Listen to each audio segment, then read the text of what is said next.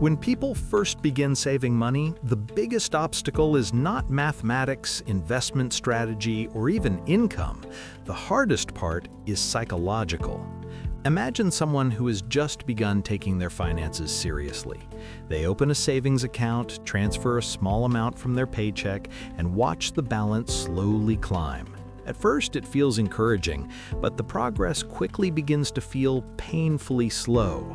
$100 becomes $200, $200 becomes $400. Months pass, and the number is still far away from anything that feels meaningful. This is the stage where most people quietly abandon the process. The difficulty is not that $10,000 is mathematically difficult to reach. The difficulty is that the human brain is extremely sensitive to visible progress. And during the early stage of saving money, the progress simply does not feel significant. Behavioral economists sometimes describe this as a motivation threshold. Before a certain point, the effort required to continue feels larger than the visible reward. Saving money feels like pushing a heavy object that barely moves. To understand why the first $10,000 is psychologically difficult, it helps to compare money growth at different stages. Imagine two people. The first person has saved $2,000. The second person has saved $50,000. If both of them earn the same 5% annual return, the numbers behave very differently. 5% on $2,000 produces $100 in a year. The account moves from $2,000 to $2,100. It barely feels like progress. 5% on $50,000 produces $2,500 in the same year. The account moves from $50,000 to $52,500 without any additional effort. This is the same percentage, the same system, and the same financial behavior. The difference is the base number. Money grows in proportion to the amount that already exists, which means the early stage always feels slow and the later stage begins to accelerate. This mathematical reality creates a psychological illusion. At the beginning, saving feels inefficient. It feels like nothing is happening. The numbers grow so slowly that the brain begins to question whether the effort is worthwhile at all. Yet the system is quietly working exactly as designed. The slow phase is not failure. It is simply the natural starting point of compounding. Compounding is often described as an exponential curve, but human intuition is not built to understand exponential systems. We tend to expect linear progress. When we work harder, we expect results to increase proportionally.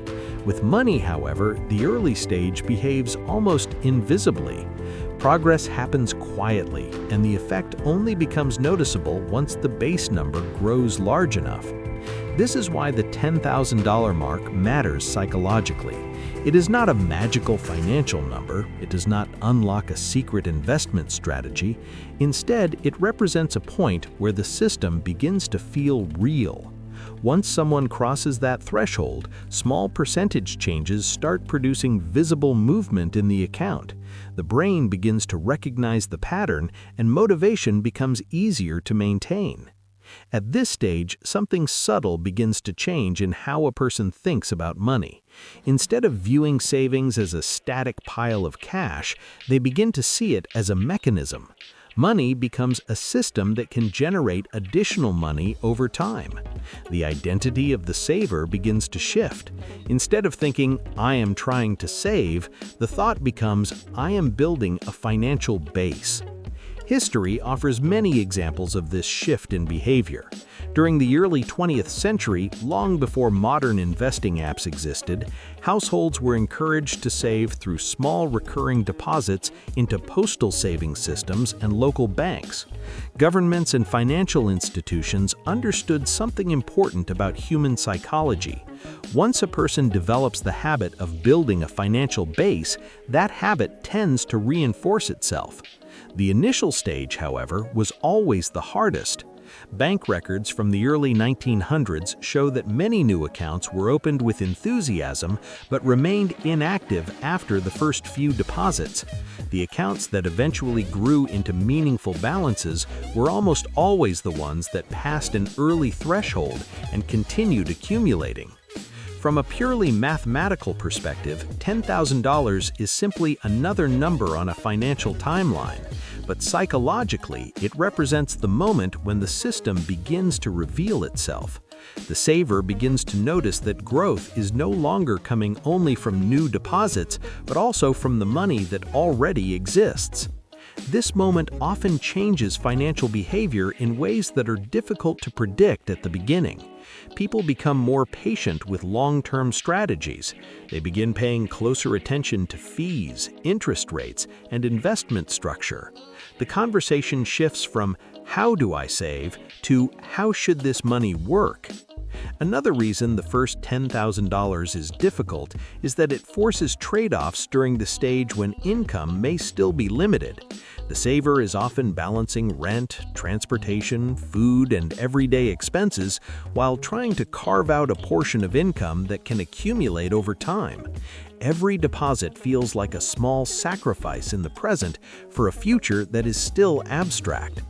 Once the base grows, however, the dynamic changes. The system begins contributing alongside the person.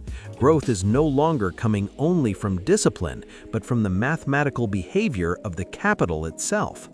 This is why many long-term investors describe the early stage of saving as the most mentally demanding period of the entire process, not because it requires advanced financial knowledge, but because it requires patience during a phase where the visible feedback is minimal.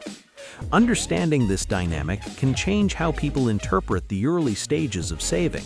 What looks like slow progress is actually the foundation of the entire system.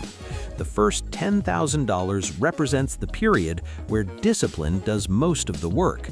Later stages rely increasingly on mathematics. Once the base exists, the system begins to reinforce itself. Small returns begin adding noticeable increments. The account starts moving in ways that feel encouraging rather than stagnant. The saver can finally see the relationship between time, capital, and growth.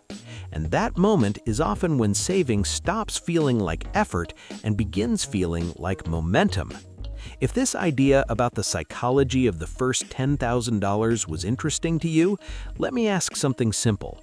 At what point did saving money start to feel real for you? Was there a specific number where the system suddenly made sense? Write your answer in the comments because it is fascinating how different that threshold can be for different people. If you enjoy exploring the psychology and hidden mechanics behind money, consider subscribing to the channel so you do not miss future videos. Leaving a like helps more people discover these ideas, and sharing the video with someone who is beginning their financial journey might give them a clearer perspective on the stage they are currently in. And if you want to keep exploring how money systems actually work beneath the surface, the next video continues exactly there.